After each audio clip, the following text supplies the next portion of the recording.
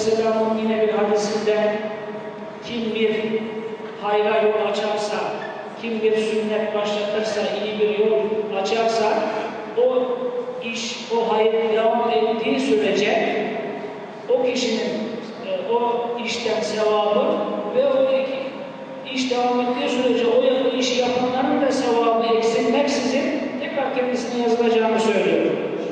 O açıdan yapılan bu programın bir çığır olduğunu, bir ilk olduğunu hatırlatıyor. De senden doğuyor. Sade bir katresi derya gibi bir ırmaksın sen. Gül desen ey yüce mahbub. Tevnin damlası o. Neye teşbih edeyim. Mehzar evlatsın sen. Ey Rauf. Anneler evlada dönüp kalmazken bir rahimsin ki bütün aleme muhtaçsın sen.